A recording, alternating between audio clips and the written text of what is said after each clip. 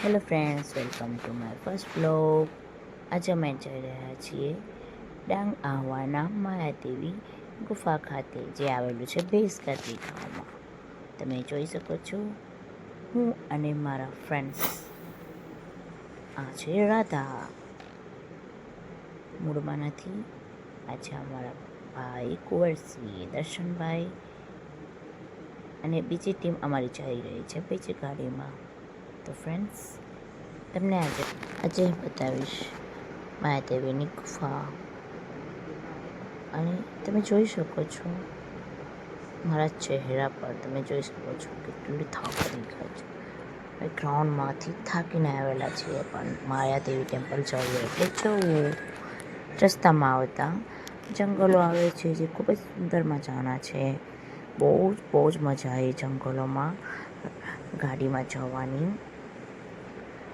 શાયદ ત્યાં દીપડો અને ચિત્તો પણ હશે. એન્ડ હવે ફાઇનલી પહોંચી ગયા છે આપણે માયાદેવી ભેંસકાતરી ગામે, જ્યાં માયાદેવી તરફ જવાનો રસ્તો આવેલો છે. પથ્થરનો ગેટ બનેલો છે. તમે અંદર એન્ટર થાઓ એટલે એક ગાર્ડન છે, રેસ્ટોરન્ટ પણ છે, જ્યાં તમને ચાઇનીઝ મળી રહેશે, પંજાબી મળી રહેશે, ચા નાસ્તો, આઈસ્ક્રીમ બધું મળી રહેશે. આગળ જતાં મારા ફ્રેન્ડ્સ લોકો આગળ જતા રહ્યા છે. બહુ જ મસ્ત બગીચો છે. વાહ, શું નજારો! બહુ જ નેચરલ છે, બહુ જ સુંદર મજાનો છે. રામેશ્વર મહાદેવનું મંદિર છે. હવે જરા સાંભળજો ફ્રેન્ડ્સ, મારા ફ્રેન્ડ્સ લોકો બહુ જ બૂમ કરી રહ્યા છે. એમાં હિરલ તો કહે છે મારો ફોટો પાડો, મારો વિડીયો ઉતારો. બસ બધાને ફોટો અને વિડીયોની જ પડી છે. બહુ જ સુંદર મજાનું લોકેશન છે, જે તમે જોઈ રહ્યા છો. બહુ જ સુંદર લાગે છે. હા હા,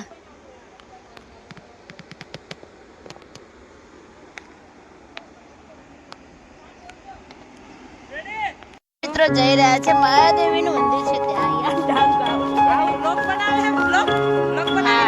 બ્લોગ બની રહ્યા છે. તાપી વ્યારામાં કામ કર્યું. ભેંસકાતરી નામ કા ગાँव है.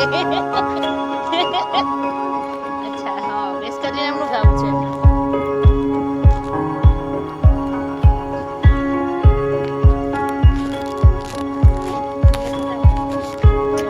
તમે જોઈ રહ્યા છો, એ બધા ફોટો સેશન કરી રહ્યા છે. બહુ સુંદર નજારો છે અહીંયા.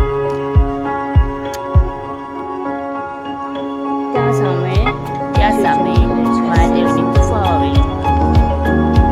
પહોંચી ગયા છે બધા. બહુ સુંદર મજાનો નજારો દેખાય છે.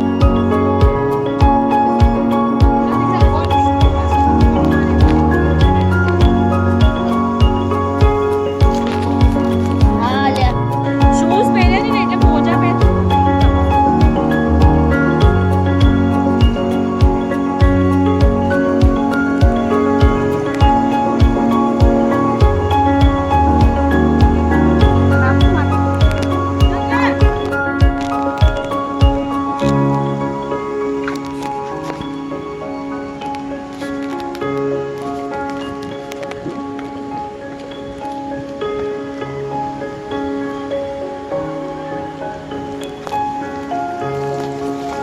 थोड़ा संभल के चलना पड़ता है इधर पार, लेकिन नहीं तो पाँव फिसल जाएगा.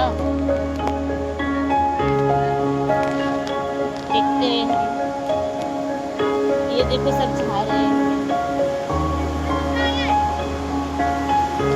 वीडियो उतारो.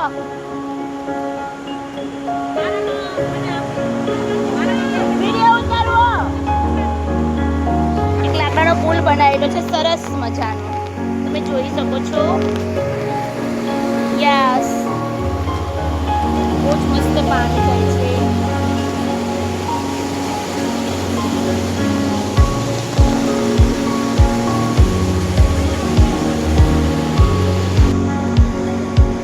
કિનારે કિનારે જવાનું છે અહીંયાથી. અને શિવજીનું મંદિર છે સરસ મજાનું, તમે જોઈ રહ્યા છો. દર્શન કરી રહ્યા છે.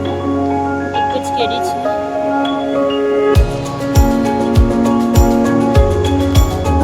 સરસ મજાનો નજારો છે. એ બધા સુસાઇડ કરી